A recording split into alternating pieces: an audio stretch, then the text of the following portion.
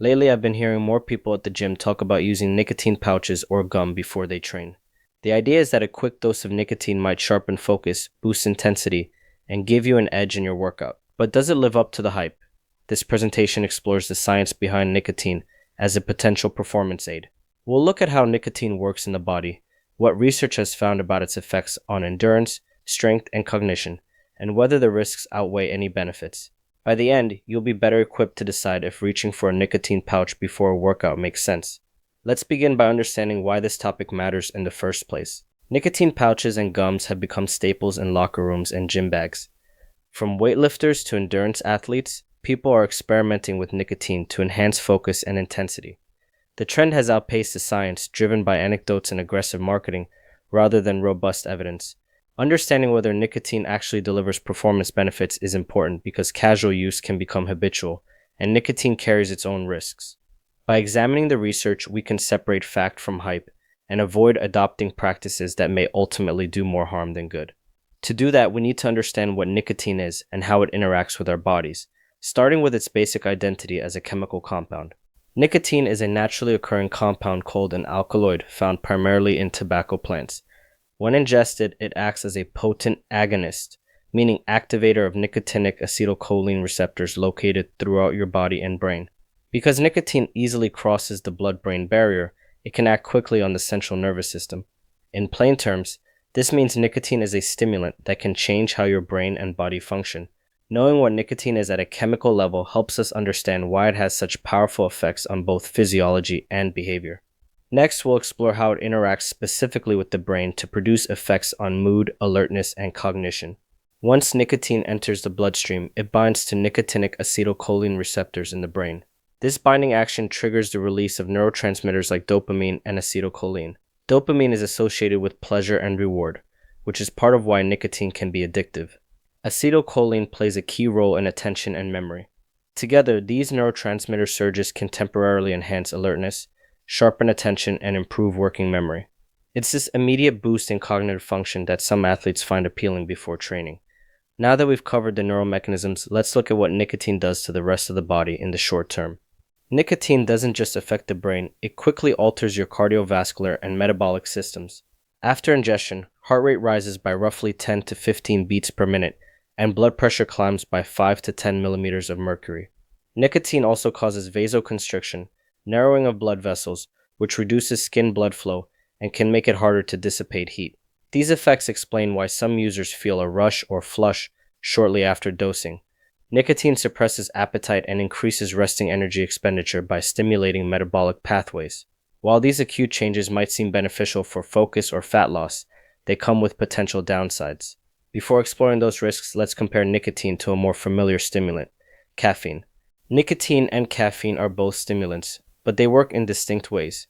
Caffeine blocks adenosine receptors, which reduces feelings of fatigue and increases cyclic AMP, a molecule involved in energy metabolism. Nicotine, on the other hand, activates nicotinic acetylcholine receptors, releasing dopamine and norepinephrine. Both substances can enhance alertness, but caffeine's effective dose is well established. 3 to 6 milligrams per kilogram of body weight improves performance with moderate risk. Nicotine's dose-response relationship is less clear.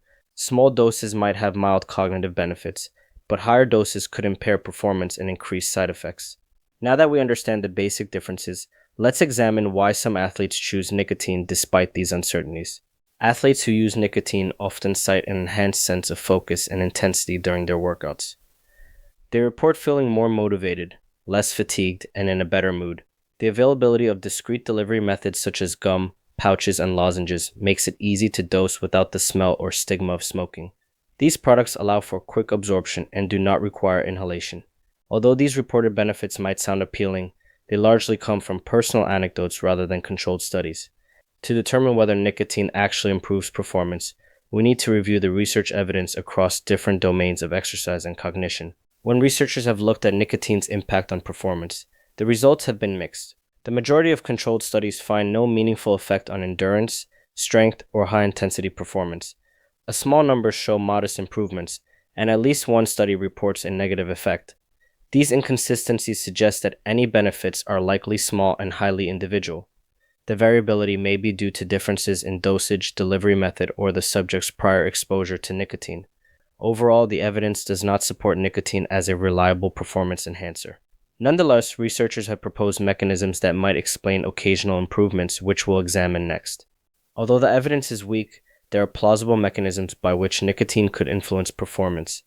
By stimulating nicotinic receptors, nicotine increases dopamine and acetylcholine levels, which could improve reaction time and attention, potentially beneficial in sports requiring quick decision-making.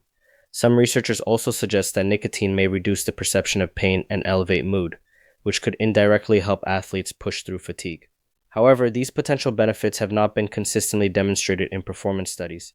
To better understand where nicotine might help or hinder, let's look at specific research focused on endurance exercise. Endurance studies involving nicotine yield conflicting results. In one trial, a 7 mg transdermal patch increased cycling endurance time by about 17%.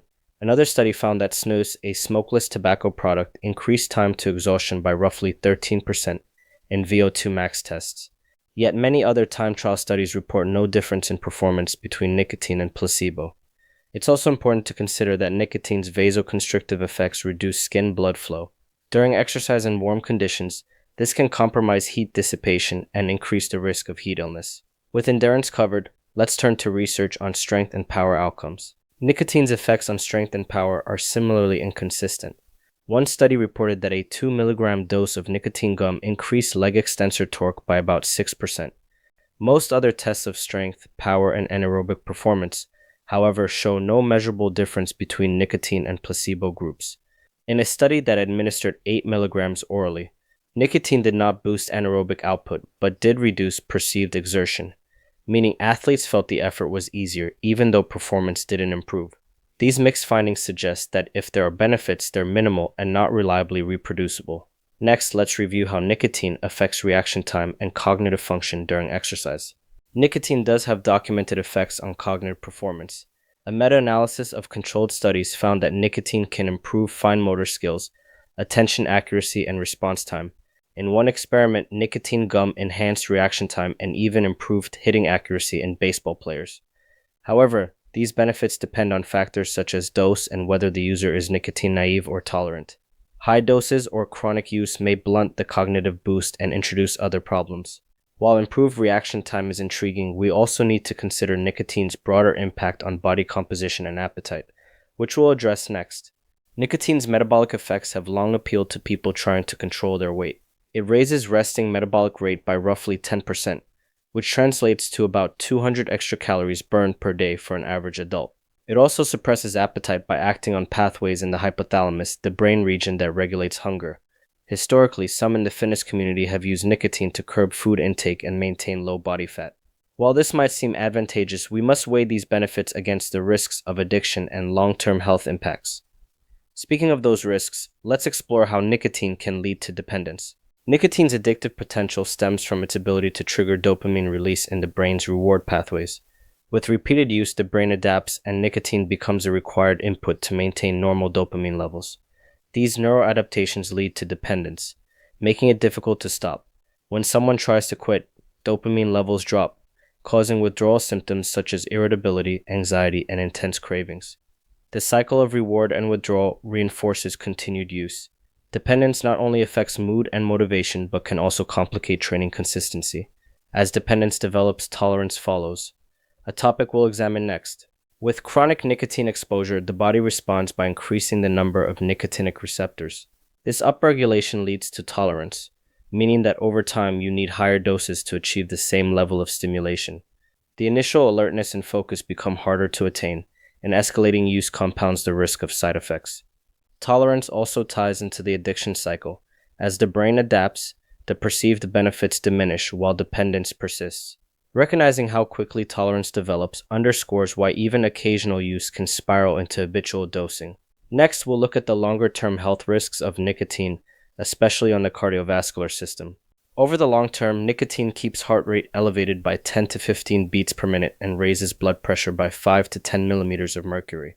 Chronic vasoconstriction can damage blood vessel walls and slow wound healing. Nicotine also contributes to arrhythmias and may accelerate atherosclerosis, the buildup of plaque in arteries, While using pure nicotine is less harmful than smoking because it avoids tar and carbon monoxide, the cardiovascular risk remains significant. Evaluating these effects helps you weigh whether any mental or performance edge is worth the potential harm. To further contextualize risk, let's compare nicotine to its smoked counterparts. Most of the harm from tobacco use comes from combusted products. Smoking cigarettes introduces tar, carbon monoxide, and thousands of toxins into your lungs, leading to cancer and respiratory disease. Pure nicotine products such as gum, patches, lozenges, and e-cigarettes avoid these combustion byproducts. However, they still elevate heart rate and blood pressure and pose a risk of addiction. For healthy users, nicotine replacement therapy is considered lower risk than smoking, but it isn't risk-free. When evaluating nicotine for performance, it's important to distinguish between the delivery method and the substance itself. Next, let's discuss nicotine status in competitive sports. Nicotine is not on the World Anti-Doping Agency's ban list, but it has been part of the organization's monitoring program since 2012. Studies estimate that between a quarter and half of elite athletes use nicotine, primarily via smokeless products like Swan or pouches. The monitoring aims to assess whether nicotine enhances performance, poses health risks, or violates the spirit of sport. Laboratories typically test for cotinine, a metabolite of nicotine in athletes' urine, to gauge use. This monitoring reflects growing interest in nicotine's role in sports and underscores the need for more research. Knowing how prevalent nicotine is among athletes leads us to consider its specific downsides for those engaged in intense physical activity. For athletes, the acute cardiovascular effects of nicotine can add strain during workouts. Elevated heart rate and blood pressure increase the workload on the heart. Vasoconstriction reduces blood flow to the skin, impairing heat dissipation and raising the risk of heat illness, especially in warm environments. Dependence on nicotine can disrupt sleep patterns and mood, affecting recovery and training consistency. Withdrawal symptoms like irritability and anxiety may impair motivation and focus.